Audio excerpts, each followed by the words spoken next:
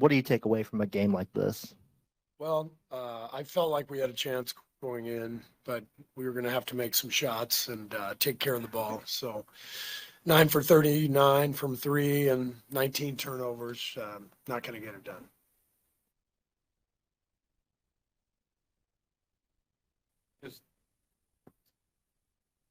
Just how would you describe the effect that Rudy had on the game tonight? Yeah, he was great. We were trying to put him in pick and roll in the first half, pick and pop stuff with Quentin to pull him away from the hoop. But he's one of the best defenders in the league for a reason. And, covered the paint, was able to get back out to Quentin and really clog things up. So, Rudy he was awesome. You're expecting Draymond, Steph, Melton, Horford back on Wednesday? Yeah, Melton and Horford for sure, and hopefully Steph and Dre. But leaving them out tonight was because they're banged up, and the knee for Steph has been nagging him. So hopefully, getting today off, tomorrow off, he'll be ready to go on Wednesday. Kind of beyond the game, how will you remember this trip to Minneapolis? Yeah, it was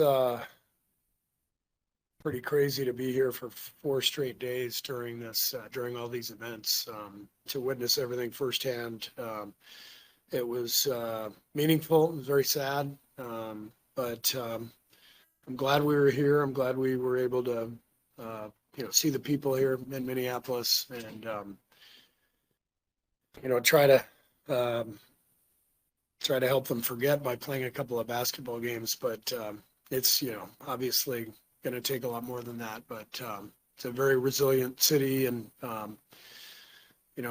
it's a really tough situation. It's sad being here. Last night was a really somber atmosphere. I thought tonight was better. It felt like fans were more into it, more enjoyable, in terms of just taking in the game. But definitely a tough few days. Steve, to follow up on that, you've been through a lot of different weeks throughout your career. How would you put into context the emotions of the entirety of this week for your group? Well, obviously we are the visitors here. We're the observers. This is not our city, but we know all those guys on the Timberwolves, and to talk to them and talk to Chris Finch and to hear, what they're feeling, their families are feeling, and then to see literally up close the people in the streets and, the tragedy, knowing it was right down the street from us. It was almost surreal. I mean, it was really a bizarre few days, but as I said, I mean, we have a lot of empathy for the people here, and we're really hopeful that the protests here and nationwide will lead to a much better solution for immigration.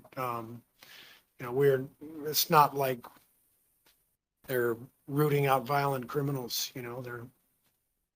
They're taking 5-year-old kindergartners and U.S. citizens and detaining people.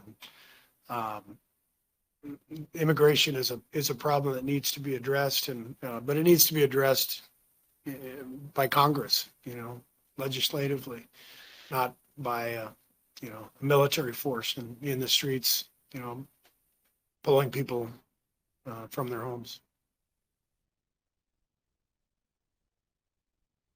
Steve, I know you spoke the other day about you don't know the future of Pat Spencer, but what does he mean to this team in terms of more than just a guy that can go in and fill in? I know he had a slow start tonight, but how have you seen him grow? What do you like most about what he contributes? Yeah, I mean, he's just a gamer. He's so competitive. He fights for everything. He's earned everything he's gotten. He's the kind of guy you want on your team because he embodies, what you preach about competitiveness and unity and, being ready for your opportunity and being part of the group. Fantastic teammate, and I love coaching him. Thank you.